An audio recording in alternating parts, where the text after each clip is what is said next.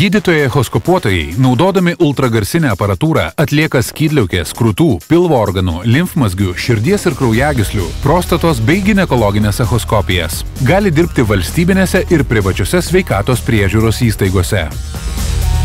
Aš Tomas, mano 16 metų. Labiausiai patinka anglų, muzikos ir teatro pamokos. Groju fortepijonu ir fleitą. Norėčiau būti kompozitoriumi ir sukurti lietuvišką roko operą apie Vytautą Didįjį.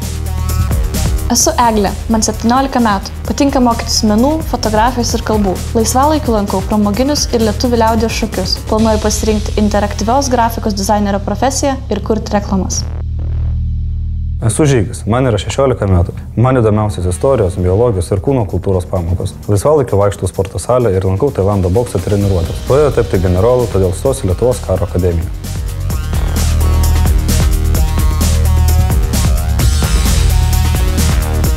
Liudmila Učkuroninė, gydytoja, echoskopuotoja ir šeimos gydytoja. Darbo stažas 10 metų, baigė Vilniaus universitetą. Echoskopija tai yra tyrimas atliekamas aparatu echoskopu. Ultragarso pagalba mes matome vidaus organus. Šis aparatas mums leidžia pamatyti pilnavidurius organus, skydliaukę, pilvo organus kaip kepenys, kasa, blužnis, inkstai, ginekologiniai organai. Visose tose srityse ir naudojamas atitinkamai yra echoskopas ir echoskopija. Echoskopas yra, tarkim, kompiuteris, yra monitorius, kuriame mes matome vaizdą ir davikliai. Davikliai yra skirtingų tipų, priklausomai nuo to, kokiame gylyje mes norime matyti vaizdą, tai taip grubiai tariant, kuriuos organus mes norime matyti. Tuo davikliu mes vedžiojame per kūną ir matome vaizdą ekrane. Tai pilvą echoskopuojame šitų pilvinių daviklių, išgaubtų, taip, ir būtinai naudojame gelį. Pagrindinis tikslas – aptikti darinius įvairius, tai yra įvairūs augliai, tai yra cistos, tai yra akmenys, pavyzdžiui, tulžies pūslėje arba inkstuose. Kraujosrūvas galim pamatyti, ar organas, pavyzdžiui, toksai kaip inkstas arba blužnis, ar yra po traumas plyšęs, neplyšęs, ar yra prikraujavimas. Na, čia matom kepenų audinio. Taip. Jeigu žinome, kad galime echoskopu pamatyti tokią ligą, tai mes jį patį pirmą renkamės, todėl kad tyrimas pats yra neskausmingas, neinvazinis. Kitiem tyrimams arba reikia pasiruošti, arba jie yra iki tam tikro lygio kenksmingi. Tai pavyzdžiui, kaip kompiuterinė tomografija, magnetinis rezonansas, rentgenas arba pavyzdžiui jau operacijos metu pamatyti, tai atitinkamai mes žinome, kokia rizika yra to kito tyrimo. Tai mes iš pradžių echoskopuojame, jeigu mums aišku, jeigu mums užtenka to atsakymo, tai toliau ir nedarome kitų tyrimų. Mes galime pamatuoti organą, taip, jeigu reikia nuo iki, tarkim, kažkaip, taip, pamatuojam. Matome atstumą, ilgį, taip, galima turi matuoti atstumus, dydį, taip. O pacientai, kai ateina, nebijo aparato, nesipriešina? Pacientai paprastai nesipriešina, nes mes jiems paaiškinam, ką mes jiems darysime ir negazdinam. Na, ar skausmingas tyrimas? Ne, nebaisu turbūt, ne? Tikrai labai įdomu. Pats aš nieko nesupratau, kad ten žiūrėjau, bet daktarė viską supratau. Buvo smagu pabūti kitoj toj pusėj. Tiesiog pačiai pasijausti daktarę, echoskopuotoją. Pasiėmė tą brangų daikčiuką, patrinį, pasimato vaizdas, tiesiog magija. Man atrodo, kad jie buvo vieni iš tų gerųjų, tų nepiktybiškų pacientų.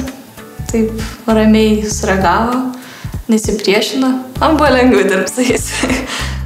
Kadangi echoskopuotojai yra gydytojai, tai reikia jums stoti į mediciną.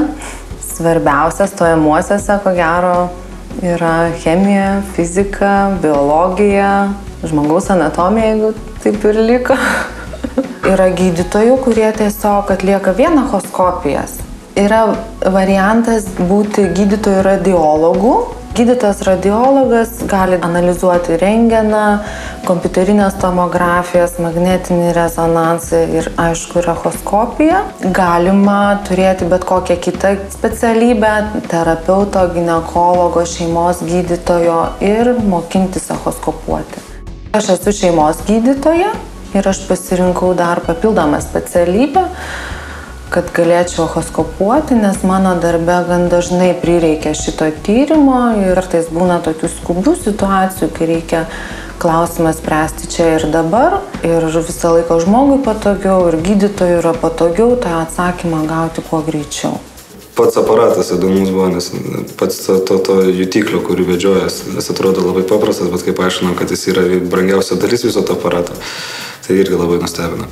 Anksčiau tikrai reikėjo daugiau spėlioti, turėti daugiau įgūdžių, kaip sakant, atmušti akį, daug matyti atveju, kad tikrai netgi tą patį akmenuką rasti. O dabar vaizdas yra daug kokybiškesnis, aiškesnis ir mes tos darinius daug lengviau pamatome ir tai kelia mums mažiau abejonių ir daugiau pasitikėjimo.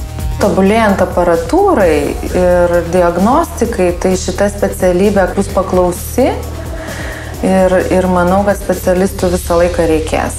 Tokį darbą dirbti galbūt net ir norėčiau, bet mokytis nenorėčiau tam darbui. Labai sunkus mokslas turėtų būti, nes tu šešėlių turi pasakyti, kas per organas, kokios lygos, ar kraujuoja, nekraujuoja. Jeigu nori būti daktaras, bet bijai kraujo arba pjausyti kitą žmogų, rinkis echoskopiją. Lokios fantazijos, gal kad sugalėtumėte įsivaizduoti, kas ten per organizmus galėtumėte nustatyti. Kas per lygos, kas per pažeidimai.